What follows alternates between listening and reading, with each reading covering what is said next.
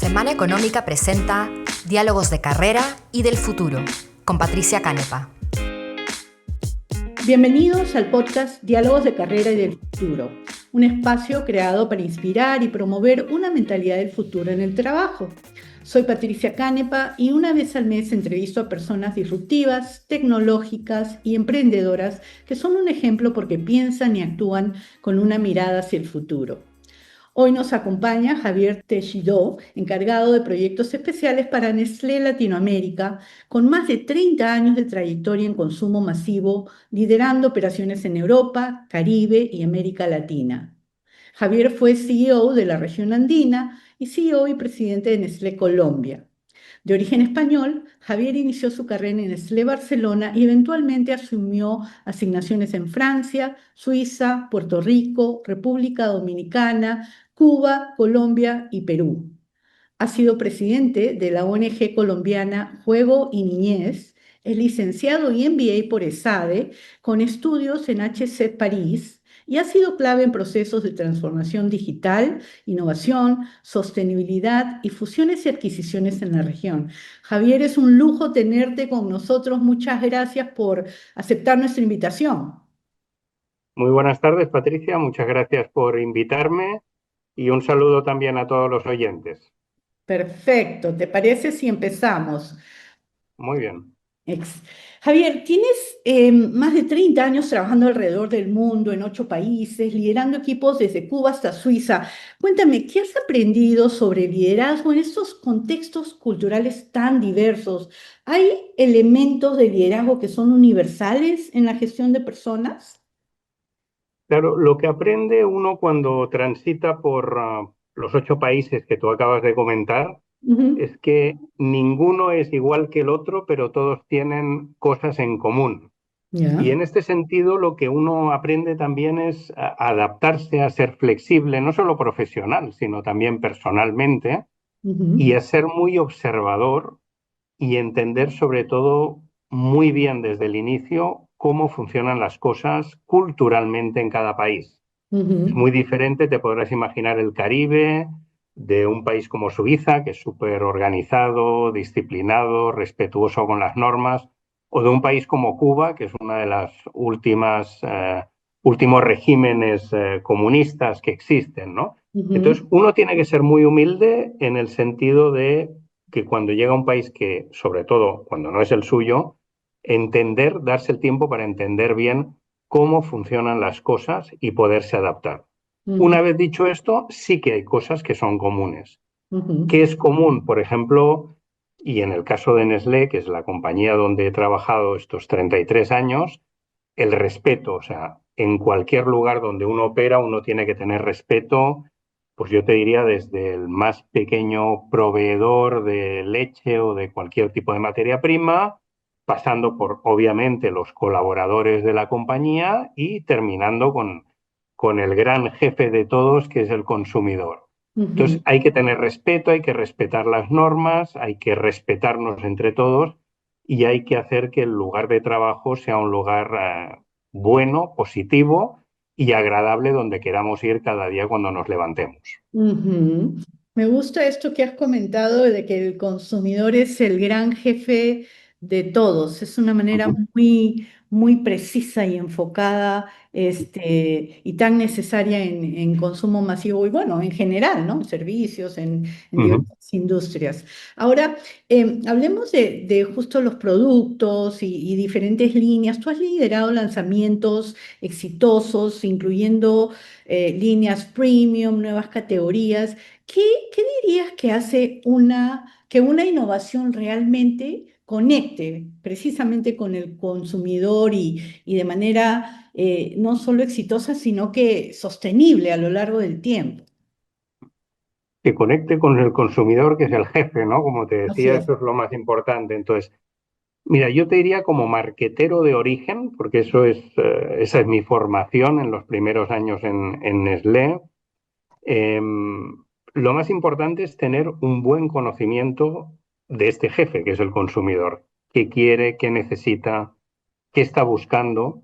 Y por tanto, cuando innovemos, lo importante no es la parte tecnológica o la parte incluso disruptiva, y Ya, desde luego lo que no es importante es lo que el equipo interno piense, claro. sino tener un foco muy claro hacia el exterior y muy enfocado obviamente al consumidor, al público objetivo, para entender realmente que con esa innovación, con ese producto o con ese servicio nuevo que estamos lanzando al mercado, estamos cubriendo de verdad una necesidad quizás nueva, o estamos cubriendo mejor una necesidad existente en Ujú, el consumidor al cual nos estamos dirigiendo.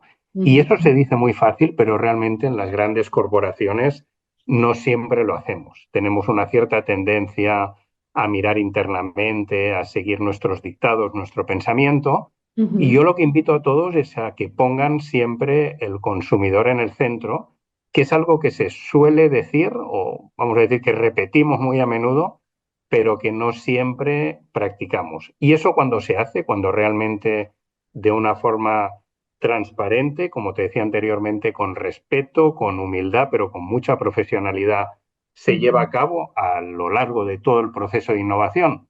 ujú. Normalmente esa innovación suele tener un gran éxito. Ya, perfecto. Ahora me has hecho pensar en la innovación. ¿Qué tanto están usando ustedes el tema de la artificial para precisamente profundizar este conocimiento, para entender mejor esos puntos de dolor del consumidor y tener mayor éxito a la hora que innova? Mira, nosotros ya desde hace varios años lanzamos un plan de transformación digital en el cual yo participé como miembro del equipo Ujú. en mi tiempo en Suiza, en la central, en la oficina central en Vevey. Ajá. Lo lanzamos hará ahora unos 6 o 7 años. Fuimos el primer equipo dentro de Nestlé en desarrollar este plan completo de transformación digital, Ujú. dentro del cual obviamente pues está la inteligencia artificial. Ya. Y nosotros estamos utilizando inteligencia artificial yo te diría que en todas las áreas, en algunas obviamente más desarrollada que en otros, Ujú. pero lo estamos utilizando por todas partes y estamos empujando a que los colaboradores se familiaricen y la utilicen de una buena manera, porque sabes que como todo se puede utilizar de forma, vamos a decir, no muy correcta para ahorrar tiempo y evitar trabajo, Ujú. eh, pero quizás pues no es siempre la forma más útil. Entonces estamos, digamos, entrenando a la gente también en cómo hay que utilizar la inteligencia artificial. Y ahí te puedo dar un ejemplo muy concreto que no es de ahora, sino que es de hace ya, yo te diría como mínimo 4 años, y Ya. es que en Brasil crearon un bot Ujú. para manejar los litigios, reclamos, por tanto, con el consumidor. Y Ya. ese bot hasta un monto que, si no recuerdo, es alrededor de unos $500, más o menos. Ya. El bot puede resolver litigios con los consumidores. Entonces, Mm. fíjate que ya hace pues esos 4 o 5 años en Nestlé Brasil ya se estaba manejando a través de inteligencia artificial, que en aquel momento obviamente estaba mucho menos desarrollada que hoy en día, un Claro. bot de una actividad que yo creo que a muy poca gente en aquel momento se le podía ocurrir, que una inteligencia artificial rudimentaria como lo era en aquellos años podía sustituir pues a un abogado, ¿no? Y eso en Claro. una compañía como Nestlé. Entonces, eso te da un ejemplo de que las compañías, las corporaciones, incluso grandes y conservadoras, como tiende a ser Nestlé en este tipo de cosas, se atreven porque no hay de otra. Hoy en día, con todo lo que es inteligencia artificial, y si vamos un poco más ampliamente, lo que es transformación digital, hoy en día la elección no es si se aplica o no, sino a qué velocidad queremos aplicarlo y si queremos estar liderando esa aplicación o si nos queremos quedar rezagados. Así Esa es. es la única decisión hoy en día. Sí, estoy totalmente de acuerdo contigo y me encanta que tú hayas sido parte, o sea, uno de los pioneros en este tema en Suiza. Y sin embargo pienso en los retos que esto presenta para la mayoría de las empresas y es que a veces los directivos no están tan involucrados, lo ven más como una tecnología que como una Ujú. oportunidad de desarrollo. ¿Cuál dirías tú que es el mayor reto, ha sido el mayor reto para que todos, o sea, no solo los colaboradores, sino también la línea de arriba esté muy involucrada en esta apuesta de la digitalización y la inteligencia artificial? Claro, para que esto se lleve a cabo es un tema realmente de cultura de empresa. O sea, hay que cambiar la cultura, hay que cambiar las formas de ver los problemas, los procesos, cómo queremos también visualizar nuestro éxito.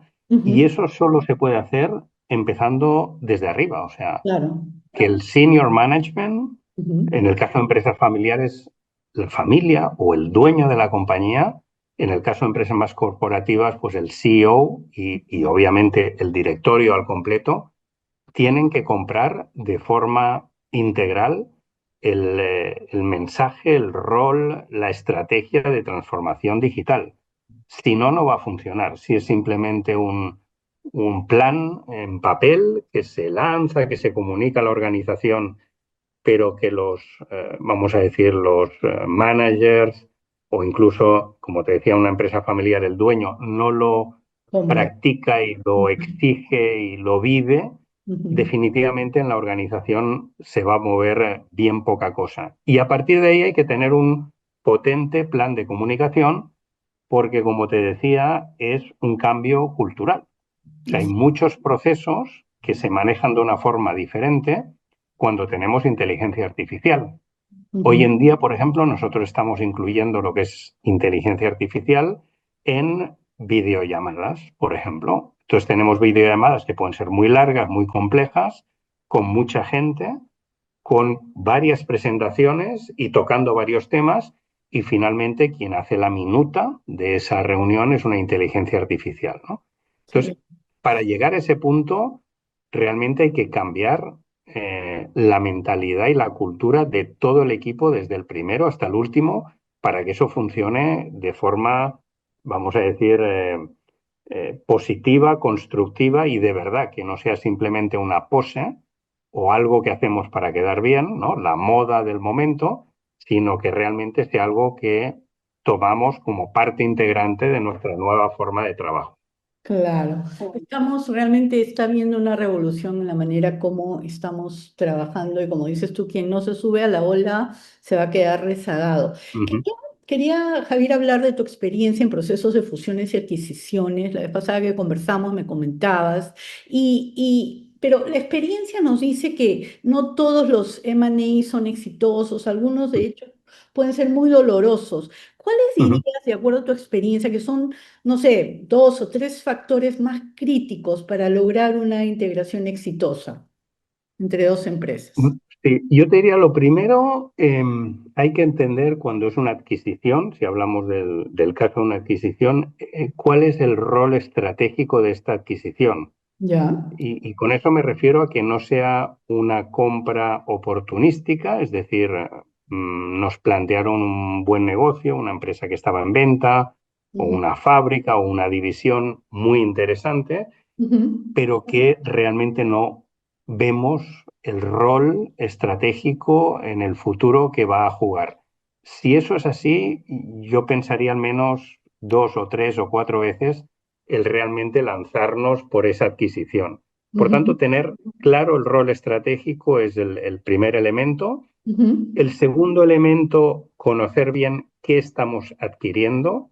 Y cuando digo conocer bien, no solo la parte numérica, que normalmente hay unos due diligence que te llevan a llegar a ese conocimiento detallado numérico ujú, a través de las pérdidas y ganancias, de los balances, en fin, de un montón de indicadores y de análisis, sino entender bien qué negocio estamos comprando, qué valor tiene ese negocio, qué importancia tiene la marca, por ejemplo, en el caso de que tenga una marca visible para el consumidor, si estamos comprando tecnología, si estamos comprando participación de mercado, qué cultura de empresa estamos comprando.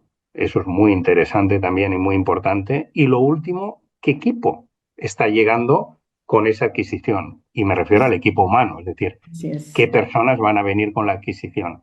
Y el tercer elemento que está conectado con todo esto y sobre todo con los últimos dos elementos que te he dicho es finalmente cómo integramos en la cultura de la empresa que está adquiriendo la empresa o la unidad adquirida.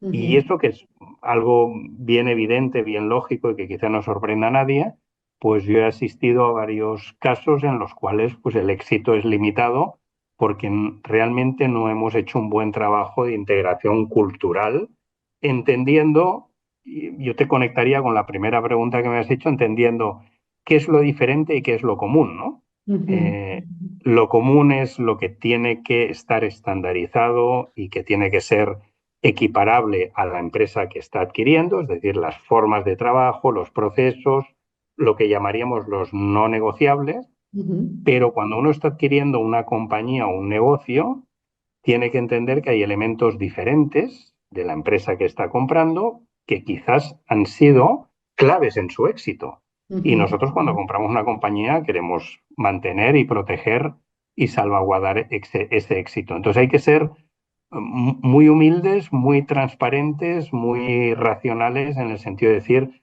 hay elementos que definitivamente tienen que quedarse diferentes en esta nueva compañía que se adquiere, porque eso forma parte de su ADN y por tanto de su éxito. Sí, hay que respetarlo y tratarlo también, como dijiste al inicio, con mucha humildad y respeto y comunicación Exacto. sobre todo. Ujú. Ahora, estaba pensando en los países que has manejado y Latinoamérica en sí también puede ser un entorno muy volátil, ¿no? Pero estaba pensando, por ejemplo, en Cuba. ¿Cuál ha sido Mm. la situación más difícil que te tocó manejar en general entre todos los países que has manejado? ¿Y cuáles dirías tú que son principios clave que deben seguir los ejecutivos que enfrentan situaciones similares de mucha volatilidad? Mira, me he enfrentado a varias, por no decir muchas, ¿no? Pero por decirte una y tomando el país que tú acabas de mencionar, Cuba, cuando yo estaba como country manager en Cuba, de un día para otro, y esto es literal, es decir, de un martes para un miércoles, nos cambiaron la moneda en la cual trabajábamos todas las joint ventures, que es la forma en que el capital privado extranjero puede operar en Cuba. Ya, Y yo recuerdo que estaba conduciendo mi vehículo volviendo hacia casa cuando en la radio anunciaron una reunión en el Palco, que es el Palacio de Convenciones, con el ministro de Hacienda y ujú, nos invitaban a todos los representantes de las joint ventures a asistir. Obviamente en Cuba cuando te invitan quiere decir que tienes que ir porque hay algo importante que te van a comunicar.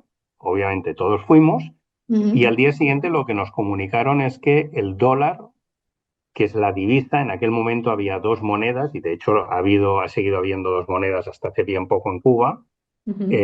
La divisa que se utilizaba era el dólar, que era de libre circulación en Cuba, aunque a alguno le parezca increíble, y decidieron en aquel momento retirarla y Ya, crear una nueva moneda que era el CUC, que nunca ha quedado muy claro qué quería decir cada una de las iniciales, ujú, pero es algo así como unidad contable de Cuba o algo así, un tema parecido. ya, Uno a uno, valor uno a uno en aquel momento. ujú, eh, y el tema no era solo el cambio de moneda, sino que a mí me tocaba explicar a mi, vamos a decir, a mi jefe y al equipo al cual yo me reportaba en Suiza, que a partir de ahora todos los negocios de Cuba, en lugar de estar contabilizados en dólares, se iban a contabilizar en CUCs, que era uy, una nueva moneda y que obviamente el mensaje del gobierno cubano pues era de tranquilidad, aquí no ha pasado nada y vuestro dinero está seguro, pero claro, nuestro dinero estaba seguro en una moneda que no sabíamos ni qué era, ¿no? Entonces claro, me tocó, aparte del manejo interno,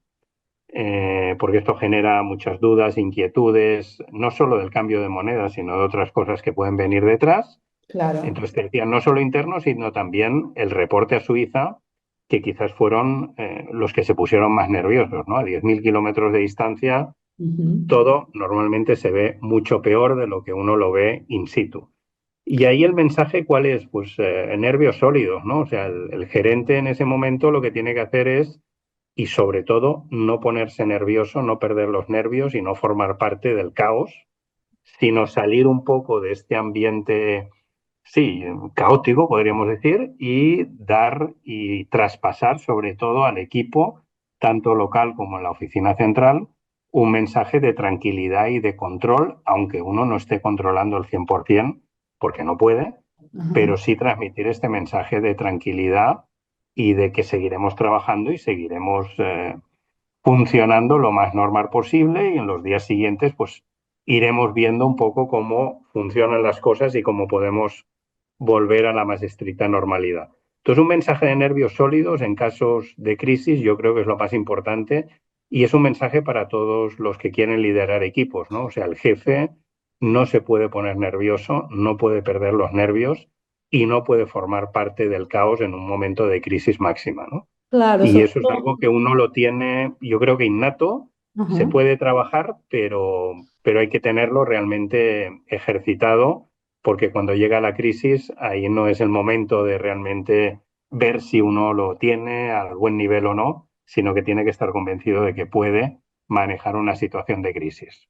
Claro, entonces, para resumir, yo rescato este tema de la empatía, porque como dices, a veces la gente en la matriz está lejísimos y es como en la noche, ¿no? Todo parece mucho más intenso, que Ujú. amanece, ¿no? Esa empatía para saber que tus jefes pueden estar muy asustados, el Exacto. tema Ujú. de tener la calma y poder transmitir esa tranquilidad y el estar en Ujú. control, a pesar que parezca que uno no tiene mucho control sobre algunos temas y también después de que pase esa tormenta, mantener la comunicación para precisamente mantener esa tranquilidad. Me parecen muy, muy buenas las recomendaciones. Ahora, ¿sabes? Otra cosa que estaba pensando que me encantaría que me cuentes es tu visión de consumo masivo.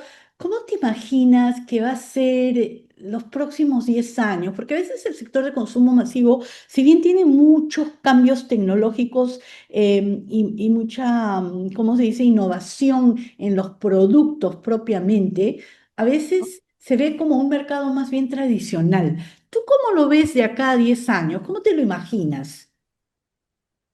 Yo creo que toda la parte digital, lo que hablábamos antes de inteligencia artificial, por ejemplo, nos va a abrir horizontes que hoy en día yo creo que ni se nos ocurren todavía, en Mm. temas que hemos empezado a explorar, pero que nuevamente yo creo que estamos bien lejos del potencial de desarrollo, como es la personalización. O sea, a través de inteligencia artificial tú puedes llegar pues hacer comunicaciones, hacer promociones, a tener un contacto prácticamente individualizado con tu consumidor. Ujú, Como te decía antes, el consumidor es el jefe, ¿no? Entonces, cuanto más lo conozcas, cuanto mejor lo conozcas y cuanto más te puedas dirigir a él de una forma individualizada,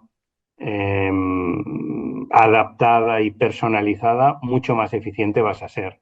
Y yo mm, creo que inteligencia artificial nos va a ayudar, yo creo que en el extremo incluso a diseñar productos que salgan de la línea con la particularidad que quiere el consumidor, comunicaciones y promociones también adaptadas de forma individual, y ujú, esto sin ningún coste en cuanto a gestión y ujú. sin ninguna intervención humana. O sea, que no van a haber miles de personas trabajando, analizando y llenando hojas de Excel, sino que será una inteligencia artificial que manejará eso en tiempo real, como se suele decir, Ujú. y que nos va a ayudar a adaptar todos esos elementos e indicadores a la persona que es el jefe, ¿no? Que es el consumidor.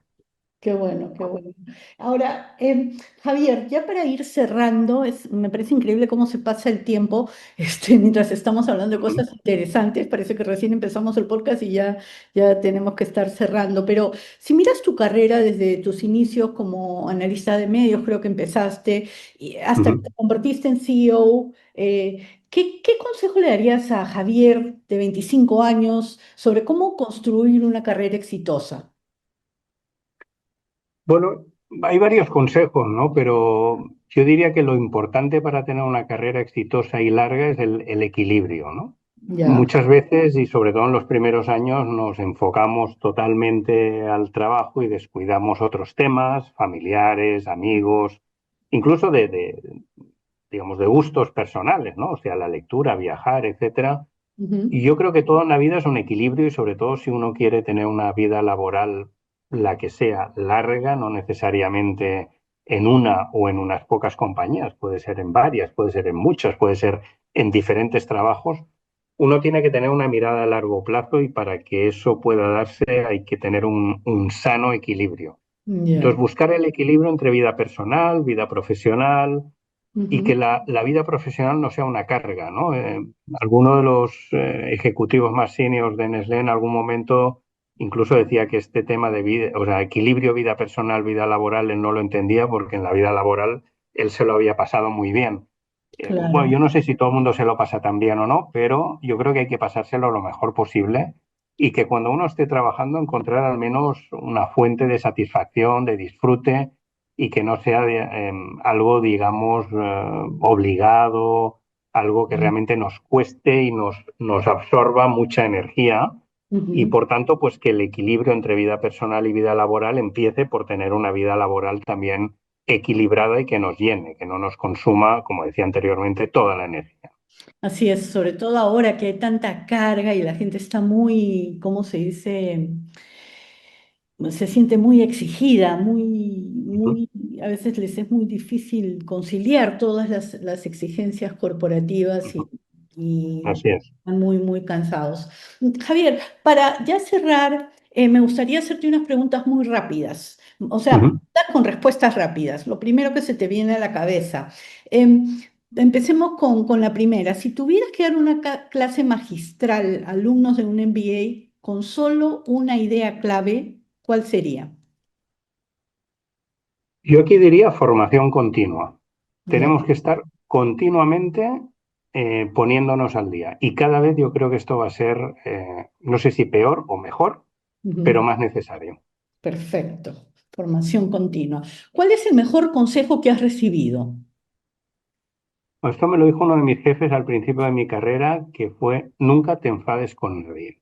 Nunca te has... No, no, nunca te enfades con nadie. Ni tú vas a ganar, ni la persona con la que te vas a enfadar va a ganar nada. Entonces, si ninguno de los dos gana, no te enfades con nadie. Maneja el conflicto de otra manera. Ya. ¿Y te ha funcionado eso? Sí, totalmente. Qué bueno. Funciona muy bien. Qué bueno. Ujú. Ahora, ¿y un consejo es algo que te dijeron a ti que te ha servido a lo largo del tiempo? ¿Qué le dirías a los jóvenes que escuchan el podcast, que probablemente es un poco repetitivo con lo que te pregunté hace unos minutos, pero ¿cuál sería ese consejo especial? Bueno, yo creo que hay que practicar el arte de la resiliencia, es decir, cómo pasamos a través de dificultades que nos pueden golpear, algunas más, otras menos, pero con la energía suficiente como para seguir adelante, aprendiendo de lo que nos pase, sea malo o sea bueno. Entonces, resiliencia. Perfecto. Y bueno, esa es una de las habilidades más buscadas hoy en día, de acuerdo al Foro Económico Mundial, no de ahorita, sino ya desde hace varios años. Se está buscando precisamente esa resiliencia porque es súper Ujú. necesaria para los entornos complejos que vivimos. Cuéntame, ¿quién, si te pido que comentes un personaje que te ha inspirado, quién sería?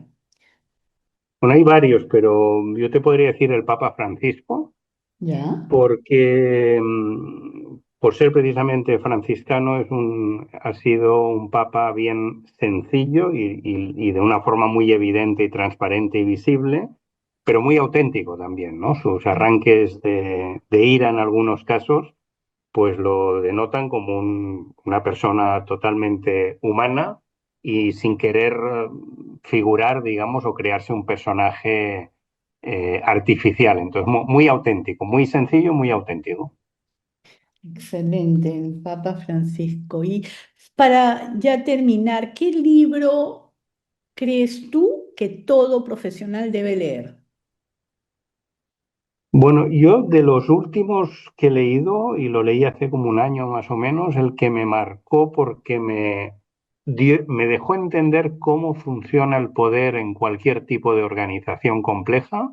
¿Ya? El título es un poco extraño, para que nadie se asuste. ¿Ya? Se llama Manual del Dictador, pero no va sobre dictadores, es más, yo lo llamaría más un manual del poder, es El decir, poder. cómo funciona el poder. y es de dos autores americanos, Alistair Smith y Bruce Bueno de Mesquida, y Ya. es realmente impactante el entender cómo en organizaciones grandes, que pueden ser empresas, gobiernos, Ujú. clubes de fútbol, ejército, etcétera, cómo funciona de verdad el poder. Entonces no te voy a explicar el cómo, voy a dejar Ya. que la gente lea el libro. Es un poquito largo, pero de verdad que es muy interesante. Qué bueno, qué bueno. No lo había escuchado, así que lo voy a buscar porque suena súper interesante. Las organizaciones están hechas, son seres vivos, están compuestas Ujú, por seres humanos y el tema ujú, del poder es un tema que está ahí, aunque no quieras mirarlo o dirigirte ujú. a él, siempre está omnipresente. Ahora, Así es.